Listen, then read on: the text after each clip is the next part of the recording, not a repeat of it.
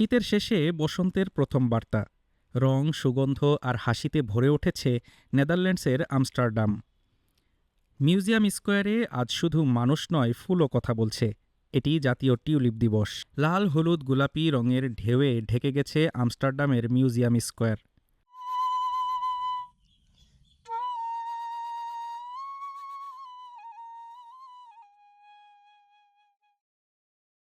দুই লাখের বেশি টিউলিপে তৈরি হয়েছে এক বিশাল ফুলের বাগান, যেন শহরের বুকে বসন্ত নেমে এসেছে একদিন আগেই। আজ এখানে প্রবেশের কোনো টিকিট নেই, কোনো দামও নেই ফুলের।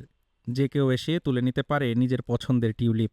আর তাই হাসি, আনন্দ আর ক্যামেরার ফ্ল্যাশে মুখর পুরো প্রাঙ্গণ। নেদারল্যান্ডসের ইতিহাসে টিউলিপ শুধু ফুল নয়, এটি ঐতিহ্য, সংস্কৃতি আর অর্থনীতির প্রতীক। নতুন টিউলিপ মৌসুমের সূচনা উপলক্ষে প্রতি বছর জানুয়ারির তৃতীয় শনিবার পালিত হয় এই দিন। এবছরের স্লোগান ইউনাইট উইথ ব্লোম। বার্তা একটাই, রঙের মতোই মানুষও ভিন্ন, কিন্তু একসাথেই সবচেয়ে সুন্দর।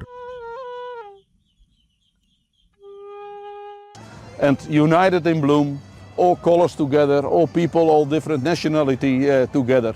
টিউলিপ মানুষকে আনন্দ দেয়, সব রং সব জাতিকে এক করে। তবে আনন্দের মাঝেও শোনা গেল প্রতিবাদের কণ্ঠ। ফুল চাষে ব্যবহৃত কীটনাশকের বিরুদ্ধে বিক্ষোভে নামেন পরিবেশবাদীরা। বিশ্বের সবচেয়ে বড় কাঠ টিউলিপ উৎপাদনকারী দেশ নেদারল্যান্ডস।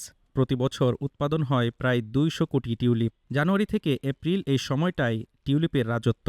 রঙিন টিউলিপে রাঙানো এই উৎসব শুধু বসন্তের আগমন নয়, এ যেন আশা, ঐক্য আর নতুন শুরুর গল্প। Desk report, Dhaka today.